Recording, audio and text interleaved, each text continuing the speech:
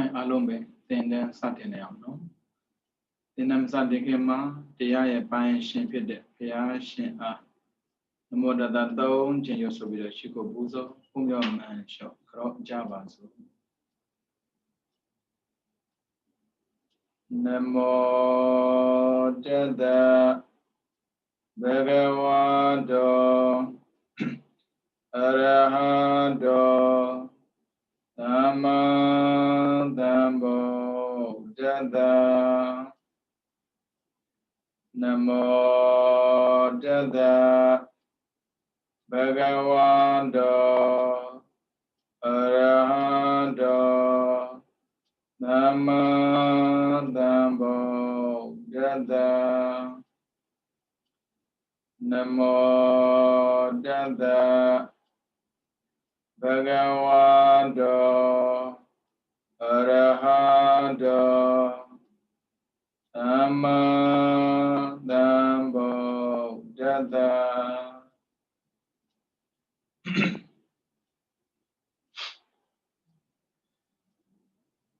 သင်္นသူသင်္นသားများအားလုံးမင်္ဂလာပါဒီနေ့2021ခုနှစ်6လပိုင်း12ရက်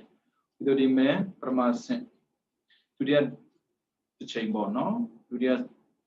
တစ်ချိန်မှာဒီလိုဒီမဲ့မြန်မာပြန်ကိုချချက်ပရမစင်စာအုပ်စာမျက်နှာ30ပါ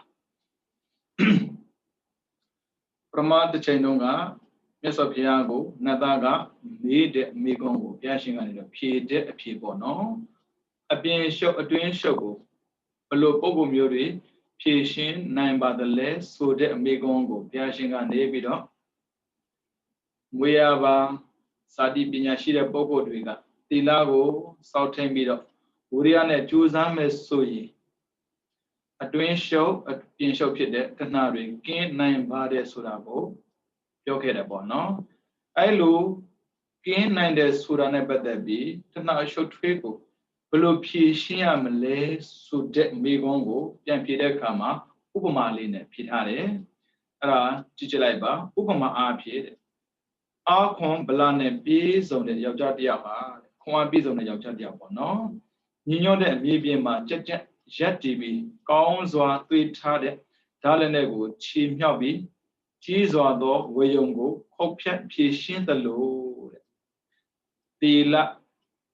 ပြီးတော့စိတ်ကိုအဥပြုတဲ့သမာဓိပညာ၃မျိုးပညာ၃မျိုးကဦးဇင်းတို့နံပါတ်1မွေရပါဇာတိပညာရှိရမယ်နံပါတ်2တရားထိုင်ရင်ထိုင်တဲ့သမာဓိကြောင့်ရင့်ကျက်တဲ့ပညာပါလာရမယ်ပြီးတော့အနေစာဒုက္ခအနတ္တမှတ်နေရမယ်ပေါ့နော်ပညာ၃မျိုးပြီးတော့ပုံမှန်ဥပ္ပန်စီမှုလုံလဝိရိယပြင်းလို့မရဘူးခဏခဏတိုက်နေရမယ်မာသီဆရာတော်ကြီးကနေပြီးတော့ယောဂီတွေကိုပြောလေရှိပါတယ်တရားထိုင်တဲ့အခါမှာတရားထိုင်တဲ့ယောဂီတွေဟာကြောက်တုံးနှစ်တုံးသုံးမဟုတ်တစ်တုံးနှစ်တုံးကိုယူပြီးတော့မိထွက်အောင်ပွန်းနေတယ်လို့ပြောရမယ်တဲ့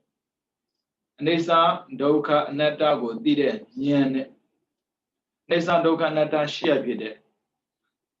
ရုပ်နာမ်ကိုအမြဲတမ်းပုတ်ပြရတယ်ပွန်းနဲ့ဘာဖြစ်ဆိုမိထွက်လာတယ်လို့ပဲအဲ့လိုမိထွက်အောင်ပုတ်နိုင်တဲ့စွမ်းအင်ကြတော့ဝိရိယလို့ခေါ်ပါတယ်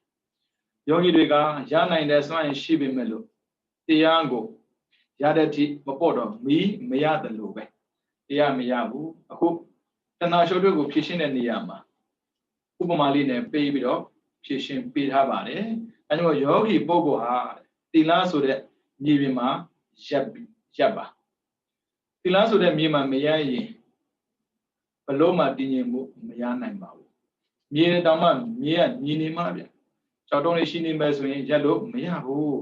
ဒါကြောင့်မို့သီလဆိုတဲ့အမြေပြင်မှာရက်သမာဓိဆိုတဲ့ဓာသွေးကြောင့်မှာ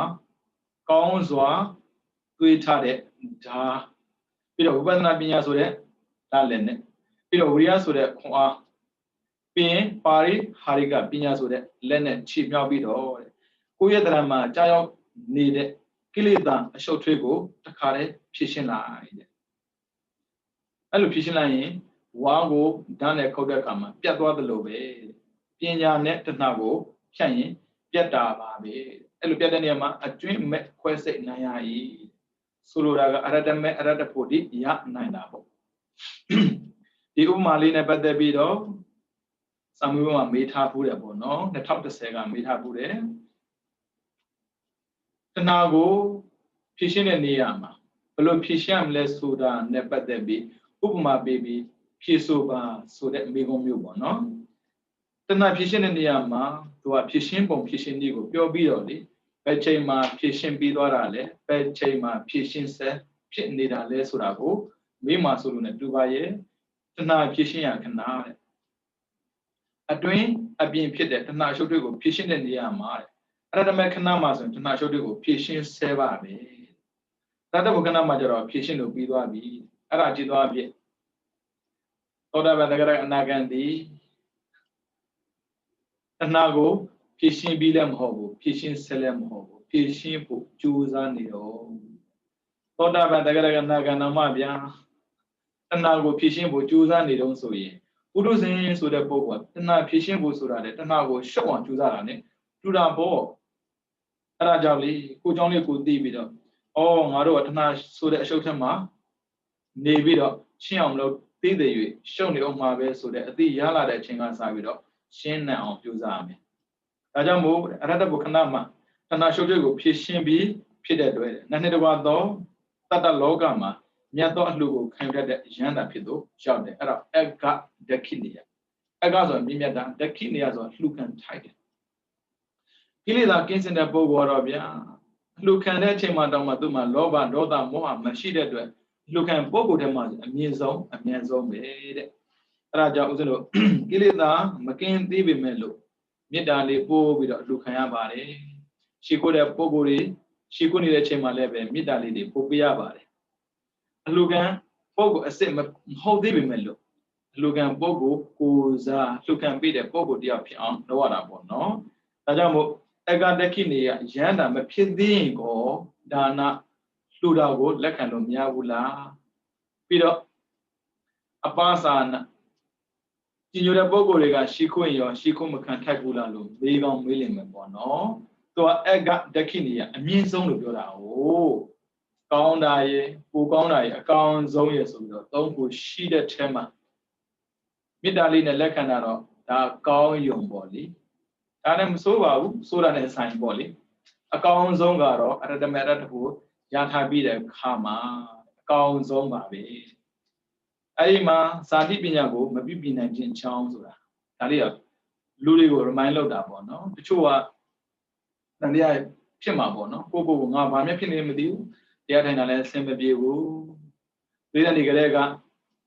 Taya Mapara Labo, no, and they are Shida, oh, Eddie Gatama, Papino, Pina Shidu Pigeon, Sadi Pina, Payames with a Saka, Shikere, da Wigarega Nero, DPM bono. Aribinya never the Bipa, my Lolo, Mayabu. So Bazobia, Diwama, Tiago, China, Mammy Melo. Weava, Pina, Mapai, Diamiabe, Shida de, Tabi met, now Dias and Shibulibia. Diwama, Diamiabe, Dia Jin, a jump ship, to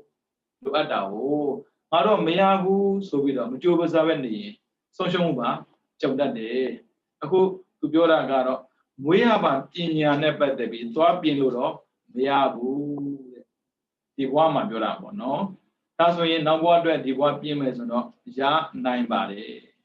Mepo, Japo, the Chusa the Pogo, the Chetava, Marodi, Aku Yago Yames with a say Ato Dala, Tomoho, Mepo, Lugin, Chusa Atonam, Vijiba. Aku Yago Yames or Amakan the Primam Hobu. I give you the piece on my John Dia Shida. Oh. Pigata solo jet, Kunaga, Piashinga, Nebido. The liberator and Roba Benio Sati, Hoke the Tamabono, Adika Tabo, or Father Biambara Bono. Yogi Bogoha, Adabi so that Boma, Hotamwood, Hot hearted, Lola Wuri as Sunday. Mabiamela, dress out of the year, Tisaka in Chile. Tia Jinekama, Suzu, Sai, Si, Sasa. Champions Royal Navy Pidade Ni Nujara Sakabono Suzu Sasa Sasa ဆိုဆိုင်ဆိုတာကိုကယူထားတဲ့အောင်ပေါ်မှာစိုက်နေရတယ်စိုက်ရုံနဲ့မရဘူးစေးဆက် for the မြားကိုသိနေရတယ်ဘာဖြစ်တယ်လဲဆိုတာကိုသိအောင်ကြိုးစားနေရတယ်အဲ့လိုကြိုးစားတဲ့အခါမှာလွတ်သွားတာမရှိစေရဘူးအဲကြောင့်စူးရတယ်ပြီးတော့စိတ်ဆက်ရတယ်ဒါကြောင့်မို့သူကမပြတ်မလက် dress အားထုတ်လေးရဲ့မဲ့ဖို့ကိုတကယ်လိုချင်တယ်ဆိုတော့ခပ်ပေါ်ပေါ်မလုပ်ပါနဲ့တကယ်ချမ်းသာခြင်းရင်ကြိုးစားတယ်လို့ပဲလူမျိုးချင်းနဲ့ကြိုးစားရတယ်အဲ့ဒါကြောင့်သူကမှားရတယ်လုံးလာဝရိယအစွမ်းနဲ့မပြတ်မလက် dress အားထုတ်လေးရဲ့ဩအချိန်တိုင်းအားထုတ်နိုင်စွမ်းမရှိပေမဲ့လို့အချိန်ပိုင်းနဲ့အားထုတ်တဲ့ခါမှလည်းပဲအသက်အံအားထုတ်ပါအခုတင်မဲ့သေးတော့မဲ့ပုံစံမျိုးအပိဏသုံးပါလို့ပေါ့နော်မဟုတ်ဘူးဆရာတော်လည်းမှားကြတာပဲလေငါသည်မုတ်ချသေးရမည်အချိန်ပိုင်းသာလူတော်သည်တရားမဲ့လူတယောက်တွေလှုပ်เสียဆိုဘာမှမရှိဘူးလေအဲကြောင့်မို့တရားမဲ့အရာကိုသိအောင်ကြိုးစားဖို့ပဲရှိတယ်သိအောင်ကြိုးစားလေသိလေပဲလေအဲကြောင့်မပေါ့ပါနဲ့ပြီးတော့နိဗ္ဗာန်ဆိုတဲ့ပုံမှာဟောတော်မူထားတဲ့ပါရိဟာရိကပညာအစွမ်းဖြင့်အထက်ထက်ကြိုးစားလို့ယဉ်ကျက်လာတာကိုပြောတာကောင်းစွာသိမြင်ဆင်ခြင်ဉာဏ်ရှိသည်ဖြစ်၍သီလမှာတည်ပြီးစိတ်နဲ့ပညာစွမ်းနဲ့ဟောတော်မူထားတဲ့သမထဥပဒနာအလုပ်တွေကိုပွားများအားထုတ်ရမယ်လို့ဟောတော်မူတာပါပဲတဲ့မပြတ်မလက်ဒရဇက်အားထုတ်ပေါ်ဗျာအာမထုတ်ခင်မှာကလေးကသီလကိုတော့လုံအောင်လို့ဒါကတော့အကျိုးပြောတာပါသူကသီလနဲ့ပတ်သက်ပြီးတော်တော်လေးကိုပြောဦးမှာအခုသီလကမရောက်သေးဘူးအခုမှနိဒန်းပဲရှိသေးတယ်မြတ်စွာဘုရားကိုနတ်သားကမေးတဲ့မေးခွန်းကိုဘုရားဖြေတဲ့စကားအဲ့ဒီဘုရားဖြေတဲ့စကားကိုဒီဟိုမှာရှိတဲ့ဆရာတော်တွေကနေတော့ယူပြီးတော့ရှင်မဘုရားကသာပြေးလိုက်တာဒီကာထာထဲမှာရှိတဲ့အဖြေကိုစာအုပ်ရေးပြအဲ့ဒါသူရေးတဲ့အကြောင်းသူပြောနေတာပေါ့နော်ဒီလိုမျိုးဘုန်းတော်ကြီးတော်မူတဲ့မြတ်စွာဘုရားဟာသီလပဋိဒါစတဲ့အဖြေကာထာမှာသီလသမာဓိပညာကိုဥပရဏပြုပြီးတော့နိဗ္ဗာန်ရောက်ကြောင်းအကျဉ်းလန်းကိုညွှန်ပြထားတာပါအဲကြောင့်သီလသမာဓိပညာကိုတည်တည်ကြကြလဲနာဖို့လိုအပ်တယ်စာမျက်နှာစနစ်ကြည့်မယ်သီလရဲ့သမာဓိရဲ့ပညာရဲ့ပေါ့နော်အဲ့ဒီတရားတွေနဲ့ထင်ရှားစွာပြထားတဲ့ဂုဏ်9မျိုးရှိတယ်အဲဒါကြောင့်သီလရှိတာလည်းအရှောင်မရှိဘူးဗျသမာဓိရှိအောင်ကြိုးစားတော့အကောင်းဆုံးပေါ့နော်ပညာရသွားမယ်ဆိုတော့ဘာမှပြောစရာမရှိတော့ဘူးကြည့်အောင်ဂုဏ်9မျိုးရှိတယ်သိက္ခာ3ပါးရှိပါတယ်သိက္ခာ3ပါးကိုကြည့်မယ်ဆိုရင်အဓိသီလသိက္ခာအဓိစိတ်သိက္ခာအဓိပညာသိက္ခာသိက္ခာဆိုတာကျင့်ရမယ့်အရာကိုပြောတာသိက္ခာဆိုတာကျင့်ရမယ့်အရာပဲသီလကကိုကျင့်တရားကိုကျင့်တရားကိုဘေးမှာထားလို့မရဘူးသိက္ခာကျင့်နေရမယ်အဲ့လိုကျင့်တဲ့နေရာမှာခပ်ပေါ်ပေါ်မလုပ်နဲ့အဓိဦးစားပေးပြီးတော့လုပ်ပါတဲ့အဲကြောင့်အဓိသီလသိက္ခာအဓိစိတ်သိက္ခာအဓိပညာသိက္ခာဆိုတော့သိက္ခာ3ပါးရှိတယ်အဲ့ဒီသိက္ခာ3ပါးကကောင်းခြင်း3မျိုးရှိတယ်အစာအလယ်အဆုံးသာသနာတော်ရဲ့အစာကောင်းခြင်းသာသနာဆိုတဲ့စကားလုံးလေးဥစ္စာနားလည်ပြထားပါသာသနာလို့ပြောလိုက်ပြီဆိုရင်လူတွေရဲ့တွေးထဲမှာပေါ့နော်ဘုန်းကြီးတွေကိုလှမ်းလှမ်းမြင်နေတယ်သာသနာဆိုတော့ဘုန်းကြီးပြောတာမဟုတ်ဘူးသာသနာဆိုတာကဘုရားရဲ့ဆုံးမတဲ့စကားတဘပပတအကရဏံကုသလတုပတံပတသာစိတ်တပရိယောတပနံဧတံဗုဒ္ဓနာသာဒနံဘုရားရှင်ကနေပြီးတော့ဘုရားဖြစ်ပြီးနှစ်မှာဒီတဘိုးတဲ့လာပြည့်နေ့မှာပေါ့နော်အရိယသံဃာတော်တွေကိုဆုံးမတယ်တဘပပတအကရဏံဒုစရိုက်မှန်ရင်မလုပ်ပါနဲ့ကုသလတုပတံပတကုသိုလ်ဆိုရင်ပြည့်အောင်ဖြည့်ပါသာစိတ်တပရိယောတပနံစိတ်ကိုတော့ဖြူစင်အောင်ထားဆိုလိုတာဒုစရိုက်မလုပ်နဲ့ကုသိုလ်တော့လုပ်နေဒုစရိုက်မလုပ်တာပဲဖြစ်ကုသိုလ်လုပ်တာပဲဖြစ်စိတ်ကိုတော့တတ်ရှင်းထားတယ်ဒါဘုရားရဲ့ဆုံးမပါပဲတဲ့ဒါဘုရားရဲ့ဆုံးမဆိုတာသာသနာပဲအဲဆိုတော့သီလကိုစောင့်ထိန်းလိုက်တာဖြစ်တဲ့အတွက်လူတယောက်ကကောင်းခြင်းစပြီဒီလူကလူကောင်းပဲအဲဒါကြောင့်သာသနာတော်ရဲ့အစကောင်းခြင်းအဲ့ဒါအာဒီကလျာဏခေါ်တယ်ဒီလူကောင်းစဖြစ်ပြီလို့ပြောတာဒါပေမဲ့လူကောင်းစဖြစ်ပြီဆိုသီလနဲ့မနေနဲ့တမာတိကိုဆက်တယ်တမာတိဆက်တဲ့တော့ဘာဖြစ်လဲသန္တရာတော်ရဲ့အလယ်ကောင်းခြင်းဒီလူကလူကောင်းကနေတော့လူမှန်ဖြစ်လာပြီလူကကောင်းတိုင်းမှန်တာမဟုတ်မှန်တိုင်းကောင်းတာမဟုတ်ဘူး နောက်ထပ်တက်လိုက်အောင်ဒီနေ့မနေနဲ့ပညာကိုကျင့်လိုက်တော့သန္တနာတော့အဆုံးကောင်းခြင်းဒါကြတော့မြင့်မြတ်တဲ့ပုဂ္ဂိုလ်ဖြစ်သွားပြီလူတယောက်မှာအချက်၃ချက်ရှိပါတယ်လူကောင်းလူမှန်လူမြောက်သူဆိုပြီးတော့အဲ့ဒါအစာအလယ်အဆုံးပါပဲပြီးတော့ဥပနိဒေယမိယာပေါ့နော်သီလသမာဓိပညာကိုကျင့်သုံးရင်ဘာတွေရမှာမို့လို့လဲလို့မေးရင်ပေါ့နော်ဖြစ်တဲ့အောင်ဥပနိဒေယမိယာ၃မျိုးရှိပါတယ်တဲ့အဲ့ပါဠိကိုမသိရင်ရေးထားပါဥပနိဒေယပစ္စယောဆိုရှိတာပဲလေမိယာတေဝိဇယဟန္တာတဲ့တို့ဗမာနိုင်ငံမှာတေဝိဇယဟန္တာတွေအများကြီးပဲအဲ့ဒါမှဆိုရင်ဆိုပါစို့ဗျာတိန်ကိုဆရာတော်ကြီးကိုဆိုရင်တိန်ကိုဆရာတော်ကြီးဆိုဆရာတော်ဥက္ကဋ္ဌပေါ့နော်အောက်မှာစာလေးနဲ့ရေးထားတယ်တေဝိဇယဟန္တာသီလအားကောင်းရင်လည်းပဲယဟန္တာဖြစ်တာပဲဒါမဲ့ဘယ်လိုယဟန္တာပြမလဲဆိုရင်တေဝိဇပရိသံပိတာမျိုးတော့မဟုတ်ဘူးနောက်မှရှိတဲ့ပုဂ္ဂိုလ်မျိုးတော့မဟုတ်ဘူးသမာဓိအားကောင်းရင်ကြတော့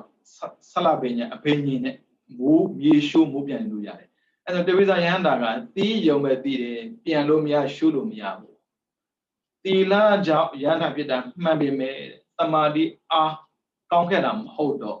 သူကမြေရှိုးမိုးပြန်လို့မရဘူးတဲ့သမာဓိအားကိုဦးစားပေးပြီးတော့ယဟန္တာဖြစ်မဲ့ဆိုရင်ဆလပညာယဟန္တာအဘိညာဉ်6ပါတကယ်လို့သာပညာကိုဦးစားပေးပြီးတော့ယန္တာဖြစ်မယ်ဆိုပဋိသင်္ပိဒဉာဏ်အထူးရတယ်ပဋိသင်္ပိဒဉာဏ်ဆိုတာစာသင်စရာမလိုသာသနာမှာစာသင်စရာမလိုတဲ့ယဟန်နည်းနည်းလေးမြတ်မြတ်ဆဆမရှိဘူးစာသင်စရာမလိုတဲ့ပုဂ္ဂိုလ်တွေကဘယ်လိုပုဂ္ဂိုလ်မျိုးလဲဆိုရင်တရားတဆူဆူလက်ထက်မှာစူကြီးပန်ခဲ့တဲ့ပုဂ္ဂိုလ်ဖြစ်မယ်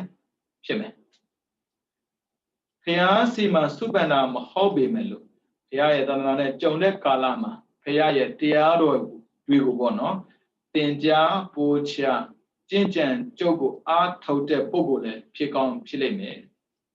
အဲ့ဒီအကြောင်းတရားတွေရှိမဲ့ဆိုရင်ပဋိသင်္ပိဒဉာဏ်ရတယ်ပဋိသင်္ပိဒဉာဏ်ကအာထပဋိသင်္ပိဒအဓိပ္ပာယ်အလုံးကိုလွတ်လပ်ကိုသိတယ်ဓမ္မပဋိသင်္ပိဒအကြောင်းအလုံးကိုလွတ်လပ်ကိုသိတယ်နိရောဓပဋိသင်္ပိဒ grammar ဆိုရင်ကျွမ်းသလားမမေးနဲ့ပြီးတော့ပရိပါဏပဋိသင်္ပိဒအဲ့ဒီတရားတွေကအမှားအမှန်နဲ့ပတ်သက်ပြီးတိတိကျကျဟုတ်မဟုတ်သိနိုင်တယ်အဲကြောင့်သီလသမာဓိပညာလုံးဝအရှုံးမရှိဘူးသီလပဲဖြစ်ဖြစ်သမာဓိပဲဖြစ်ဖြစ်ပညာပဲဖြစ်ဖြစ်တစ်ခုခုကိုမြင်အောင်လုပ်ဖို့တော့လိုတယ်ဒါဥပနိဒေယပေါ့နော်ပြီးတော့နံပါတ်4ရှောင်ခြင်းမိဝဲခြင်းဝေဇနာဒေဝနာရှောင်ခြင်းမှာရဲ့မိဝဲရမှာရဲ့သီလကြတော့ကာမဒုက္ခံလိကအကျင့်ကိုရှောင်ခြင်းတယ်ကိုကျင့်တရားကောင်းတဲ့ပုဂ္ဂိုလ်ကကာမဂုဏ်လိုက်စားဘူးကာမဂုဏ်လိုက်စားဘူးဆိုတဲ့နေရာမှာဘာသာပြန်မမှားစေနဲ့နော်ကာမေတုမိစ္ဆာစရာကံကိုကျွလွန်ပြီးတော့ပျော်ပါတဲ့ပုဂ္ဂိုလ်ကိုပဲကာမဂုဏ်လိုက်စားလို့မထင်နဲ့ရူပယောသတ္တယောဂန္ဓာယောရတယောဩထဘာယောအာယုံ၅ပါးလိုက်စားတာကိုကာမဒုက္ခံလိကနုယောဂလို့ခေါ်တယ်သီလသာပြည့်စုံသွားရင်တဲ့အာယုံနောက်ကိုလိုက်တော့ဘူးလေဗျဒါဆိုသတိထားပါအသက်ကြီးတဲ့ပုဂ္ဂိုလ်တွေကို remind လုပ်ချင်ပါတယ်ဒါလည်းမှုစွတ်တော်လည်းမဟုတ်ဘူးလေကျင့်မဲ့ပုဂ္ဂိုလ်တွေအသက်ကြီးနေပြီအချင်းအသိကြံတော့တာမဟုတ်ဘူးဘာဖြစ်လို့ TV ရှိမှအချင်းကုန်ခံတာလဲ TV ရှိမှအချင်းကုန်ခံတာဘာဖြစ်လို့လဲလို့မေးလိုက်မယ်သီလသာရှိရင်တဲ့ကာမဒုက္ခလိကနုယောဂဘယ်တော့မှမလုပ်ဘူးကြည့်မယ်ကာမဒုက္ခလိကအကျင့်ကိုရှောင်တယ်တဲ့အဲဆိုရင် TV ကြည့်ပြီးအချိန်အကုန်မခံဘူးအတန်နားထောင်ပြီးအချိန်အကုန်မခံတော့ဘူးတဲ့ကိုကျင့်တရားသာကောင်းရင်ဘာဖြစ်လို့လဲအောက်မှာပါတယ်အပယ်ဘုံမှာလွတ်မြောက်ခြင်းဆိုတာပါတယ်အပယ်ကလွတ်ချင်တယ်ဆိုရင်ရူပတတ္တဂန္ဓာရတ္တယောကိုရှောင်ဦးဇင်းတို့နှစ်ခုရှင်းကြည့်မယ်၄နဲ့၅ကိုနည်းနည်းရှင်းကြည့်ရမယ်နော်၄ကရှောင်ခြင်းမြှဝဲခြင်း၅ကလွန်မြောက်ခြင်းအဲ့ဒီနှစ်ခုဦးဇင်းတို့ compare လုပ်ပြီးတော့သွားမယ်ကာမဒုက္ခလိကနုယောဂရူပယောတတ္တဂန္ဓာရတ္တဖောထပေါဆိုတဲ့အာယုံနောက်ကိုမလိုက်တော့ဘူးတဲ့သီလသာမြဲရင်အဲ့ဒါဘာကြိုးရမှာမလို့လဲအောက်မှာကြည့်အပယ်ကလွတ်တယ်လူတွေကလေဒါနလောက်သီလဆောက်တည်တရားထိုင်ပြီးတော့အပယ်ကလွတ်ချင်ကြတယ်လွတ်ချင်လို့လွတ်တာမဟုတ်ဘူးလွတ်အောင်လုပ်နေလို့လွတ်တာကြည့်ကာမဒုက္ခလိကကိုရှောင် အဲ့ဆိုရင်အာယုံနောက်ကိုမလိုက်နဲ့သာသမီဇင်းသမီးရှိတာမှန်တယ်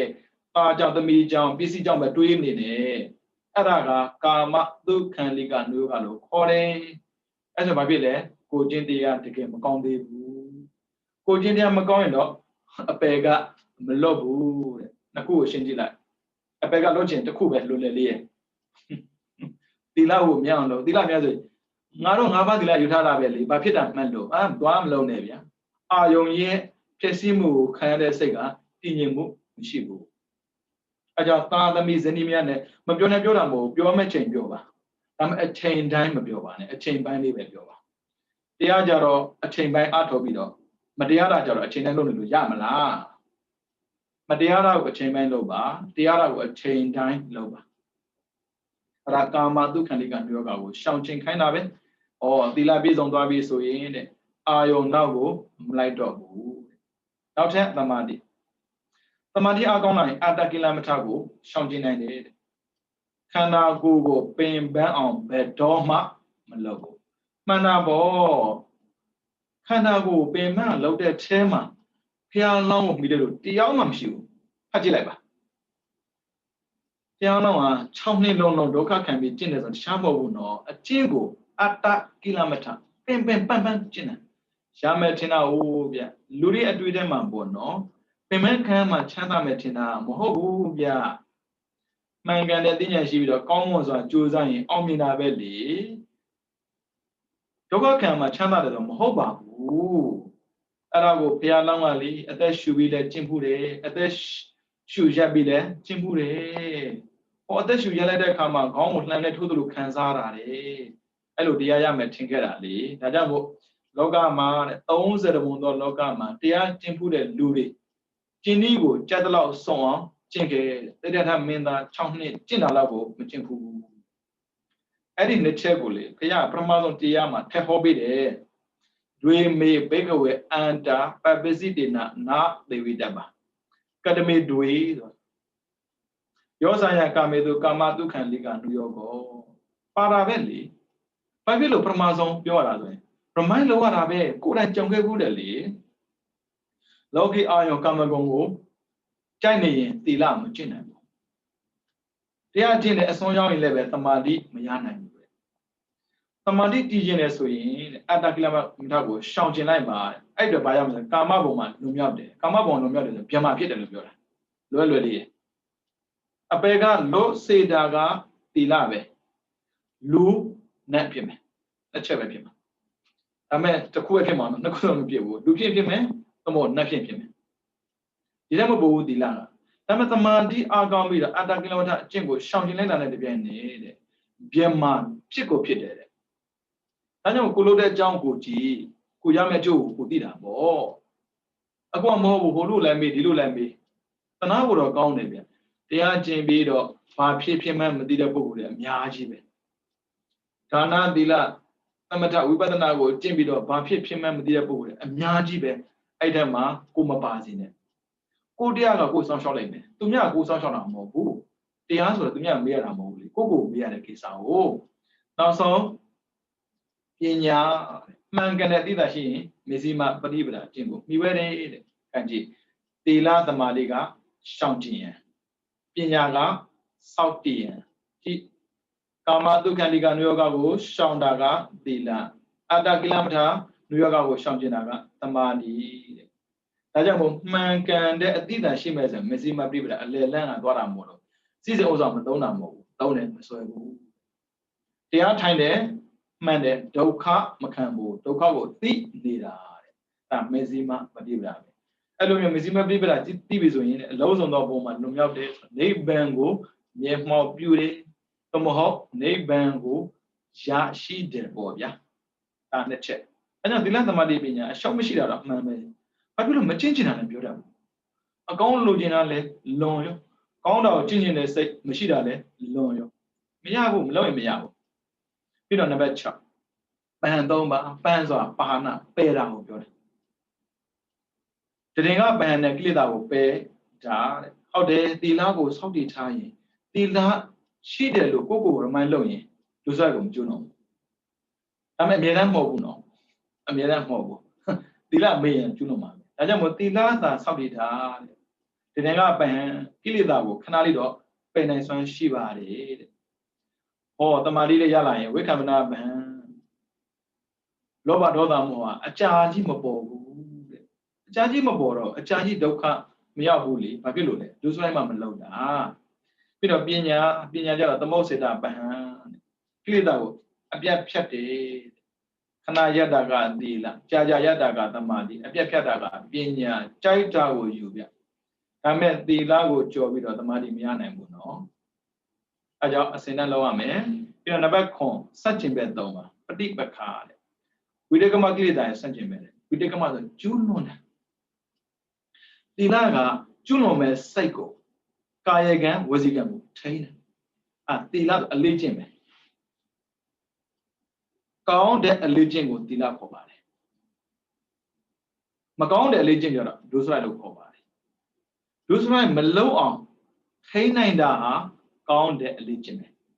အဲဒါကြောင့်ဝိတကမကိလေသာရဲ့စัจကျင်ဘက်ပဲတဲ့ဒါဆိုရင်ကျွလွန်နေတဲ့ပုံကိုယ်တွေကသိကြတယ်ဒီလိုမှသီလမရှိဘူးသူများသွားမေးစရာမလိုတော့ပုံကိုယ်လည်းသိရမယ်တတိထားဖို့ပြောတာတရားဆိုတာကလေသူများကိုရှောက်ပြီးအပြစ်ပြောဖို့မဟုတ်ဘူး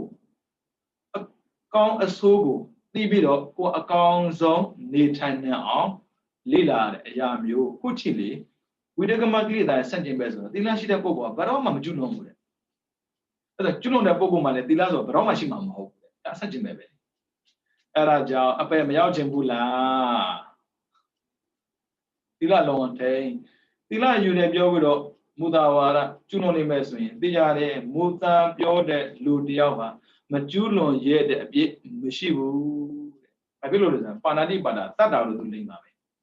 အာဒိဏဒါနခိုးတာလည်းသူလိမ့်ပါပဲကာမေသူမေသာသရာသူပြောပါမေတ္တာကိုလည်းလိမ့်ပါပဲသူရာမေရယာမူရတဲ့အရာကိုသုံးဆွဲတာလည်းသူလိမ့်ပါပဲဒါကြောင့်မို့မြတ်စွာဘုရားကသူရဲ့သားတော်ပြည့်တဲ့ရှင်အောင်လာကိုအမြဲတမ်းဆုံးပါတယ်ကလေးဆိုပြီးတော့အပျော်အနေနဲ့ဘတော်မှလိန်ပြောတာမျိုးမလုပ်နဲ့လိန်ပြောတဲ့ပုဂ္ဂိုလ်တယောက်မှမလိန်ရတာဘာမှမရှိဘူးတဲ့ဟုတ်ပြီနော်အဲ့ဒါကြောင့်ပေါ်တန်မတွေးလိုက်ပါနဲ့ကိုကပေါ်လိုက်တဲ့တပြည့်နဲ့ကံကပေါ်သွားပြီဆိုရင်နောက်ထပ်ဖြစ်ရတာသိခက်တယ်နော်ပြီးတော့ပရိယုတ်ဌာနကိလေသာပရိယုတ်ဌာနဆိုစိတ်ထက်ကဖြစ်လာတာဝိရိကမကျတော့ကာယကံဝစီကံနဲ့ကျူးလွန်တာအဲ့ဒီကျူးလွန်တာကိုမကျူးလွန်ဖြစ်အောင်သီလနဲ့ထိန်းတယ်အဲ့ဆိုကာယကံဝစီကံကိုထိန်းတာကသီလနောက်ထပ်လာမယ်ပရိယုတ်ဌာနဒါကစိတ်ထက်မှဖြစ်တာတွိုင်းကောင်းပါပဲစားရင်ကောင်းပါပဲလုံးရင်ကောင်းပါပဲပြောရင်ကောင်းပါပဲအဲ့လိုကောင်းပါပဲလို့တွေးနေတာကိုကျတော့ပရိယုတ်ဌာနခေါ်တယ်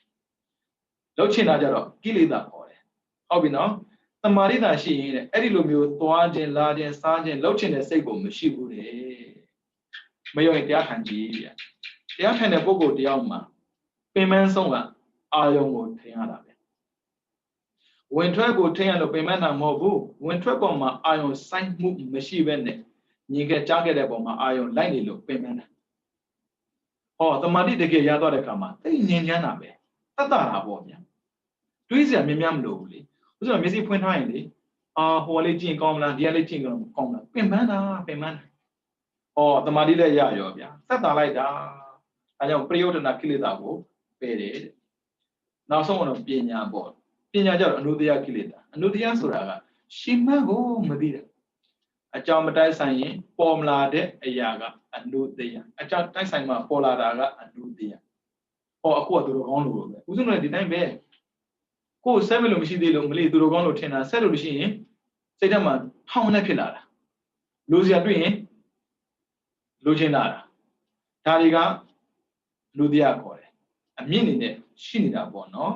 ဟောပညာကြတော့အနုတရားကိုတတ်တယ်အဲဆိုရင်နောက်ထပ်ဘဝမရှိတာပေါ့နော်ပြီးတော့နံပါတ်8အောက်တင်ခြင်း3ပါဝိသောရဏတန်ရှင်းစင်ကြောင့်လုပ်တာပေါ့နော်ဒုစရိုက်တန်ကိလေသာကိုတောက်တင်တယ်သီလသာရှိကြည်တဲ့ဘတော့ဒုစရိုက်မလုပ်တဲ့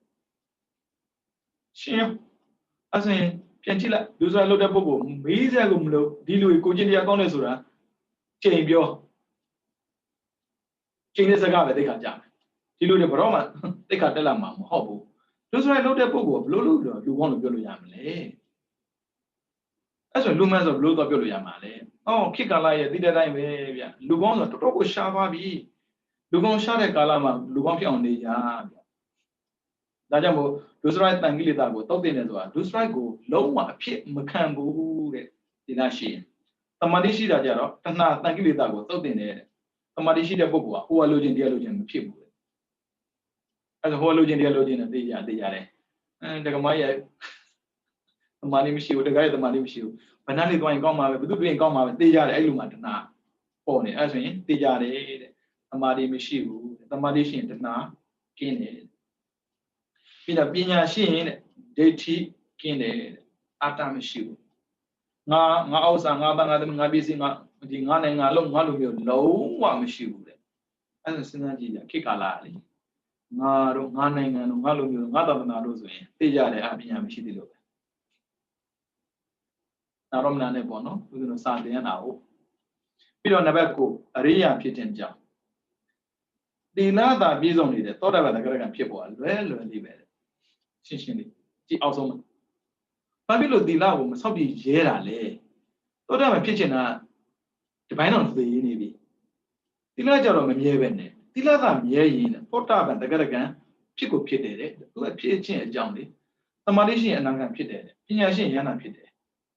မကြော်နဲ့သောတာပန်တဂရကံအနာဂံယန္တာအစင်းချင်းသွားတာကို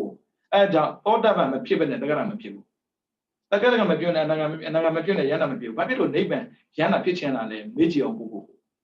သီလမပြည့်စုံနဲ့သောတာပန်ပဲဖြစ်မလဲသောတာပန်မဖြစ်ယန္တာပဲဖြစ်မလဲဗျဘာဖြစ်လို့အဆင့်ကျော်ပြီးလုပ်ချင်တာလဲ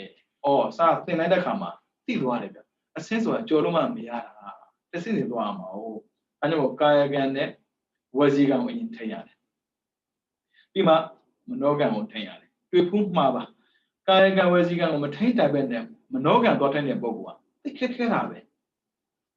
တရားထိုင်တဲ့ပုဂ္ဂိုလ်တွေသိမှာပေါ့နော်ထိုင်ကြတာပဲကာယကံဝစီကံမထိပဲနဲ့မနောကံထိဖို့ကြိုးစားတယ်ထိလို့မရဘူးအဲ့ဒီပုဂ္ဂိုလ်တွေကဒီတရားထိုင်တဲ့အချိန်လွတ်လိုက်ပြီဆိုရင်စကားများတာဟိုပြောတာဒီပြောတာသိကြတဲ့ပုဂ္ဂိုလ်တွေသမာဓိမရှိဘူးသီလရှိပြောနေမကောင်းဘူးနော်အဲ့ဒါကြောင့်သီလသမာဓိပညာနဲ့ထင်ရှားပြတဲ့အကျိုးအကုန်က9မျိုးသိက္ခာ3ပါးကောင်းခြင်း3ပါးဥပနိဒေ3ပါးရှောင်ခြင်းမြှဝဲခြင်းလွန်မြောက်ခြင်းပဟံဆက်ခြင်းပဲသုတ်တင်ခြင်းအရိယာဖြစ်ခြင်းအကြောင်းလဲမှာတော့သီလသမာဓိပညာကြောင့်ရလာမယ်အကျိုးခိုင်းဗျာဘာများနင်းနာစရာရှိလဲဗျာဘာများပင်ပန်းလောက်ရလဲဗျာအနည်းဆုံးသီလလေးကိုတော့လုံအောင်လုပ်ပေါ့အဋ္ဌိသီလသိက္ခာရှိရင်လူကောင်းဖြစ်ပြီလေလူကောင်းဖြစ်တော့တေဝိဇာယန္တာဖြစ်မယ်တေဝိဇာယန္တာမဖြစ်ခင်မှာအာယုံကင်းမယ်အပေကလွတ်မယ်ပြီးရင်ကိလေသာတွေကရပ်မယ်ဝိတေကမကိလေသာမရှိဘူးဒုစရိုက်ကင်းတယ်သောတာပန်တဂရကံဖြစ်မယ်ဘာများလို့သေးတော့များအဲကြောင့်စာကိုတတ်နိုင်မယ်ဆိုရင်သင်ကြပါစာသင်တာ theory ပဲ practice လေ့ကျင့်နေတဲ့ပုံကိုယ်တွေက theory မသိရင်သိခက်တာနော်နောက်ဆုံးဘာဖြစ်လဲဆိုတော့တရားထိုင်တဲ့အခါမှာတွေ့ကြုံတဲ့ဟာတောင်မှချက်ချင်းမဖြစ်ရှင်းတတ်ဘူးတရားထိုင်တဲ့အချိန်ကုန်းမှဆရာသွားမိတယ်ရှင်ဗျာဘယ်လိုဖြစ်လဲမသိဘူးဗျာဖြစ်တဲ့အချိန်မှာချက်ချင်းဖြစ်ရှင်းလိုက်မယ်ဆိုရင်ဘာမှမဆိုဖြစ်လာနိုင်တာဟုတ်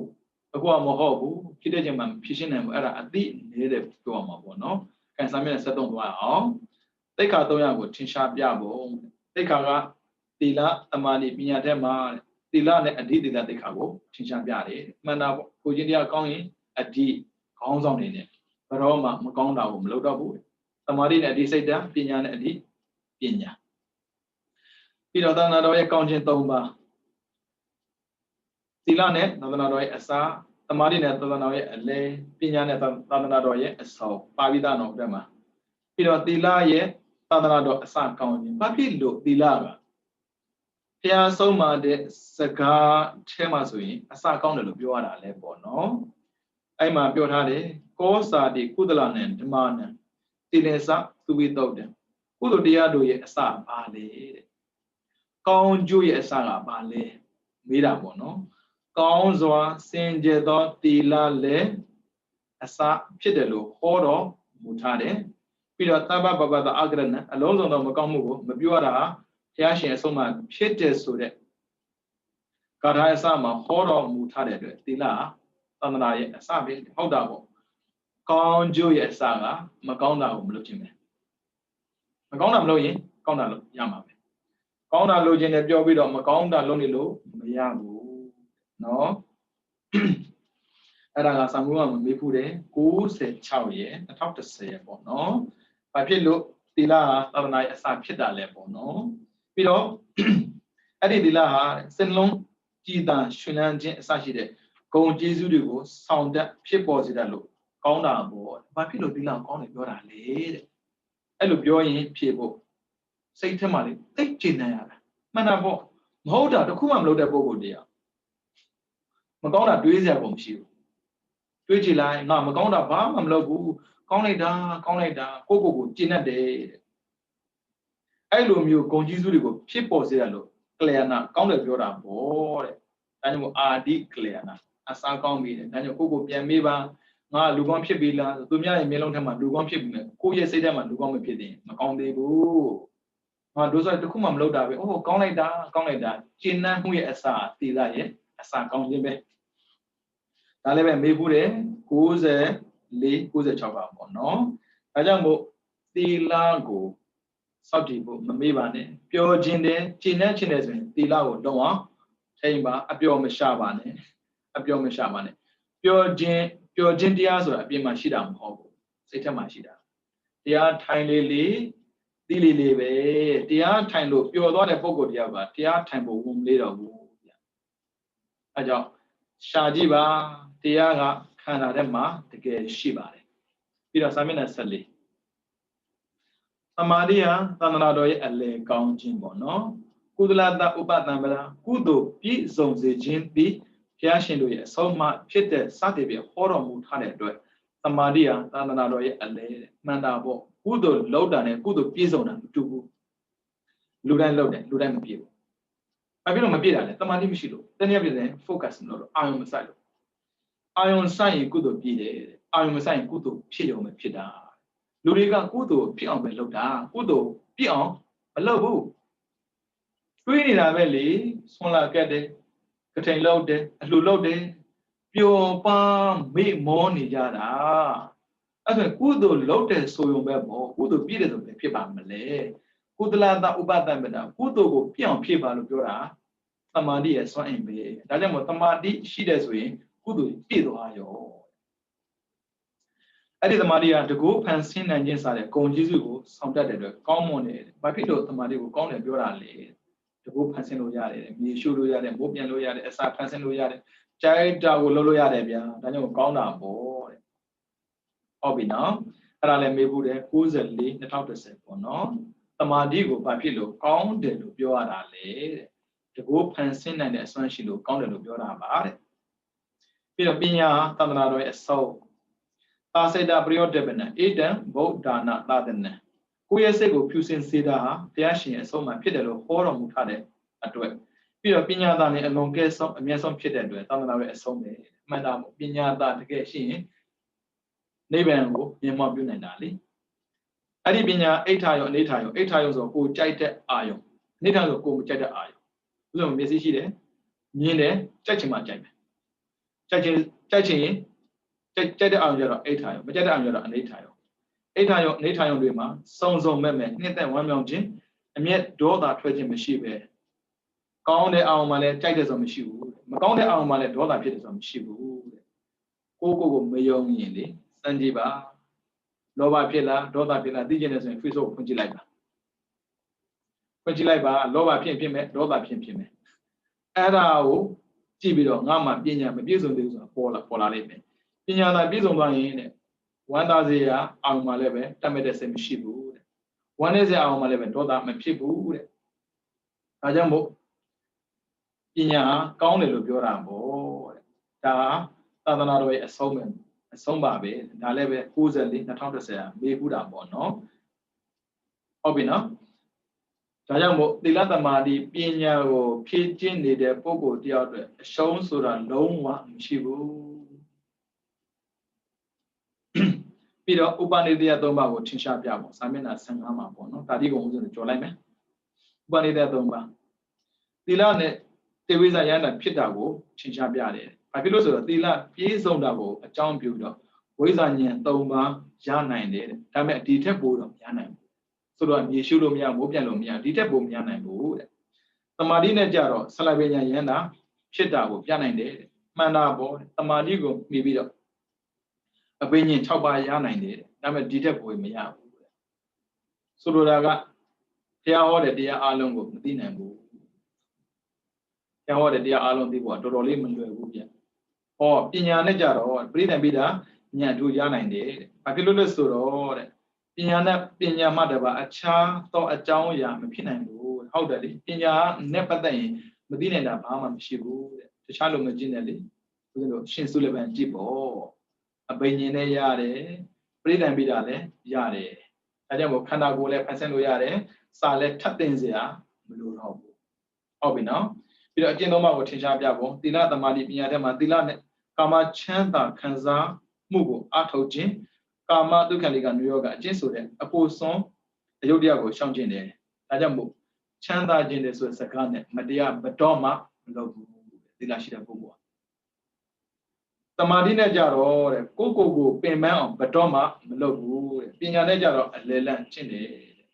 ။ဒါကြောင့်မို့ဗုဒ္ဓဘာသာကိုဝယ်ပါတယ်မှန်ကန်တဲ့ကျင့်ကိုကျင့်ပါတယ်ဆိုတဲ့စကားရဲ့နောက်မှာမတရားလုပ်ပြီးချမ်းသာတာဘယ်တော့မှဖြစ်စေတယ်ဘုရားဘာသာတိခါကြတယ်အခုကြည့်လေသီလသမာဓိပညာရဲ့စွမ်းအောင်ကြည့်ပေါ့ဘယ်တော့မှမတရားမလုပ်ဘူးတဲ့အိုးကောင်းလိုက်တာဒါကြောင့်မို့ဘဝလေးခဏရတဲ့ကာလအသက်နဲ့တူပါတယ်တကယ်ဒီကာလအသက်မရှိဘူးအသက်တူတဲ့ကာလမှာဒုစရိုက်ကိုအပြတ်ကျူးလွန်တာတော်တော်မိုက်မဲရရောက်တယ်ဗျသီလရှိဘာဖြစ်လဲသီလရှင်ထမင်းမငတ်ဘူးလူတွေကထမင်းငတ်မှာကြောက်နေတယ်ဘယ်ကလာငတ်မှာတော့ဘယ်နဲ့ဗျဘာသီလမှမရှိတဲ့ခွေးတော်မှထမင်းမငတ်တာမတရားလုံးမှချမ်းသာမှထင်တာတိတ်မားတာပဲတိတ်တနာဖို့ကောင်းတယ်လူဘွားလေးအတိတ်ကကံကောင်းလို့လူဘွားလေးခဏရတဲ့ကာလမှာသီလမရှိဘဲနဲ့ကာမတုခံလေးကနုယောဂလောကီစီစဉ်ပြည့်စုံအောင်ဖန်ဆင်းလိုက်တာနောက်ထပ်ဘဝတွေမှာဒုက္ခရောက်အောင်ဖန်ပြီးတာ ਨੇ တူတူပဲအဲကြောင့်မို့လောကီအာယုံကာမဂုဏ်နောက်ကိုလိုက်ပြီးတော့လေသီလပြတ်တဲ့ပုဂ္ဂိုလ်တယောက်တော့အဖြစ်မခံနဲ့ဗျာငတ်ရင်ငတ်သွားပါစေသိရင်သိသွားပါစေဆိုစိတ်နဲ့သီလကိုလုံးအောင်ထိမ့်မဲ့ဆိုရင်အပယ်မကျနိဗ္ဗာန်ရမှာပေါ့ပြောတော့အပယ်မကျနိဗ္ဗာန်ရပါစေဆိုတဲ့ဆန္ဒနဲ့ဘုရားဘာသာဥဝေသလေးပါလေးနဲ့ဟန်လို့ပြောနေကြတာတကယ်သာသီလရှိရင်မတရားတော့မှမလုပ်ဘူးเนาะပြီးတော့နံပါတ်16စာမျက်နှာ16ပေါ့เนาะလွန်မြောက်ခြင်း၃ပါးကိုထင်ရှားပြပုံသီလသမာဓိပညာသီလနဲ့အပယ်ဘဝကိုလွန်မြောက်နိုင်တယ်ရှင်းရှင်းလေးအပယ်ကလွတ်ချင်သလားဖျက်သွားပြီးဆူတောင်းနေတယ်လူတွေကလေတခါကျရင်တနာမှုတော့ကောင်းတယ်ဗျဩဃာတလေးခဏဆိုပြီးတော့အပယ်လေးပါကတ်တော့ပါရပ်ပြီးရှိပါသမာဓိလည်းပါတာမဟုတ်ရနေလို့ဆိုတာပဲရှိတာဖျောက်ရှိကိုတဲ့ခါမှာပေါ့နော်ဦးဇင်းတို့ကသမာဓိလေးနဲ့ရှိကိုစီခြင်းတဲ့သမာဓိပါမှသီလကလုံတာလေအခုကမဟုတ်ဘူးတရားကိုကျင့်တဲ့တာပြောတာတရားရှိခိုးတဲ့တာပြောတာအပယ်လေးပါကတ်တော့မှရပ်ပြီးရှိပါရသူငါပေါ့စုံနေတာပဲအခုကြည့်သီလကိုလုံအောင်လုပ်ယုံတဲ့အပယ်ကလွတ်နိုင်တယ်ဟုတ်ပြီနော်ပြီးတော့သမာဓိနဲ့ကာမတဲ့ကာမဘဝကာမဘုံဆိုတာ7ဘုံရှိပါတယ်အပယ်4ဘုံရယ်လူဘုံရယ်နတ်ပြည်6ချက်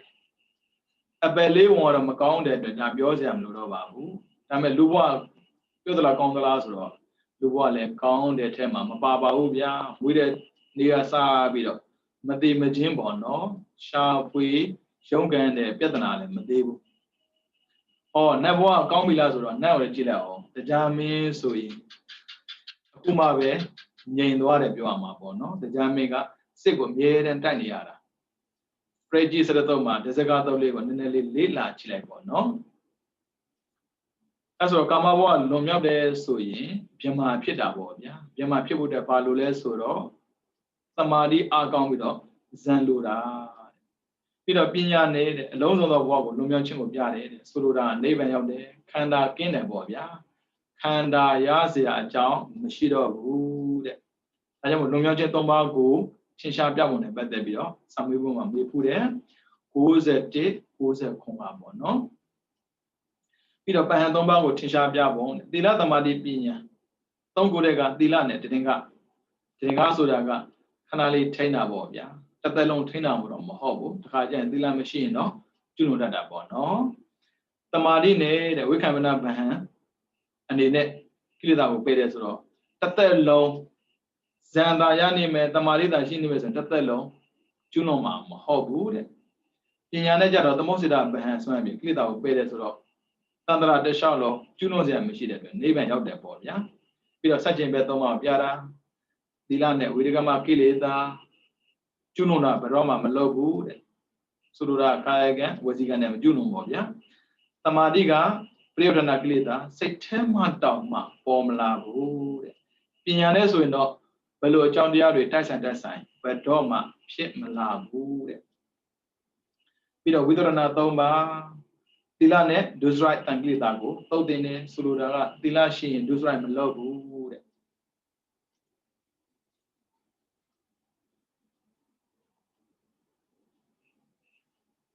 ယောဂပြောက်သွားတာဖြစ်သွားတာလား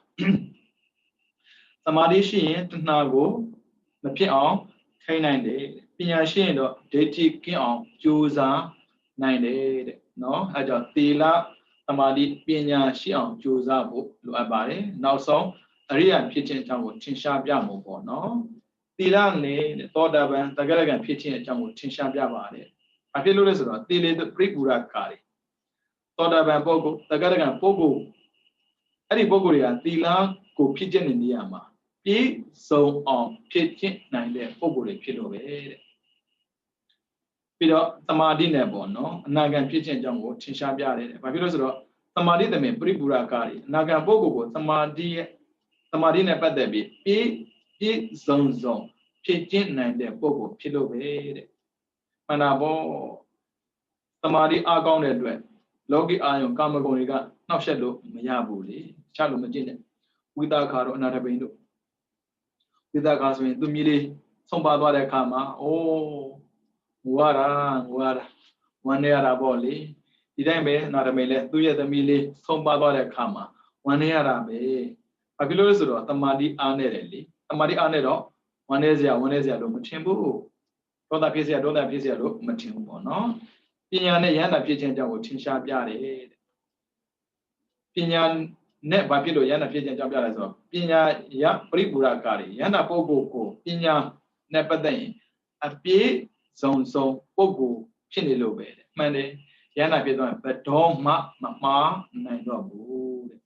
အဲကြောင့်သီလသမာဓိပညာကိုဖြည့်ကျင့်တဲ့အတွက်အရှုံးမရှိတာတော့သေချာသွားပါပြီဗျာဦးဇင်းတို့ဆက်သွားမယ်သီလနေဒေတာဟောပြီသီလရဲ့သမာဓိရဲ့ပညာရဲ့ဆိုတဲ့သိက္ခာ3ပါးရှိတဲ့ထင်မှာသီလဆိုတဲ့သိက္ခာကဘာလဲဘာကိုသီလခေါ်တာလဲပေါ့နော်ဒါလေးကိုတဖြည်းဖြည်းနဲ့လေ့ကျင့်ရတော့မယ်ပုံကဘာပြောလို့ပြောသွားလဲခဏလေးဒီလောက်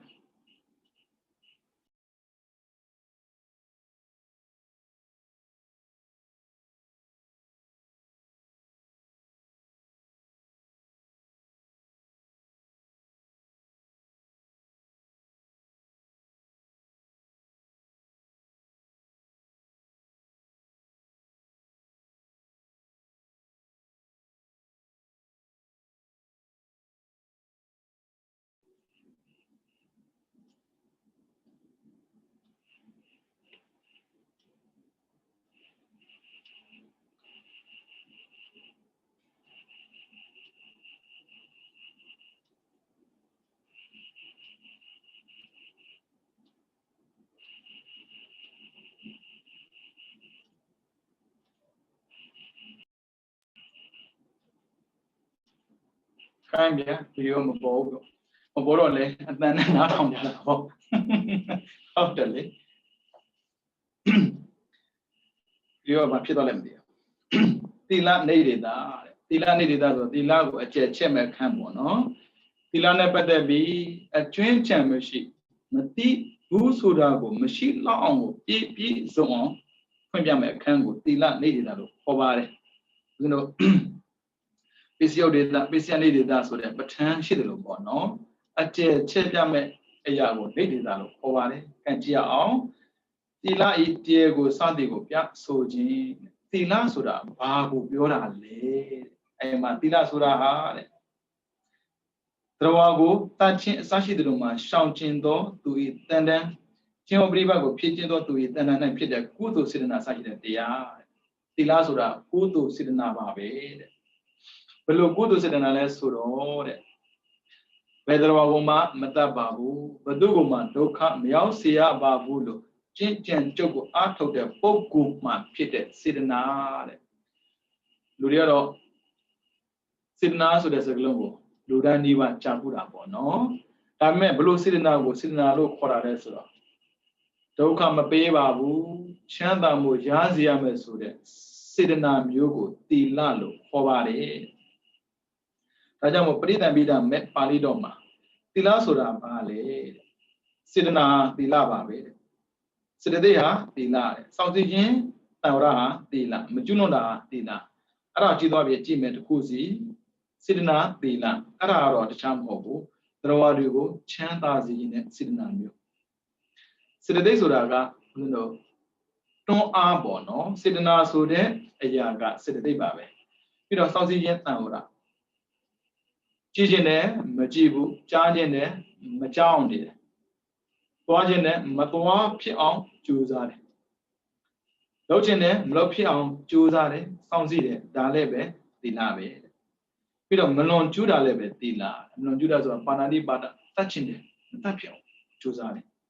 ယူခြင်းနဲ့မယူဖြစ်အောင်ကြိုးစားဒါလည်းသီလပါပဲဟုတ်ပြီနော်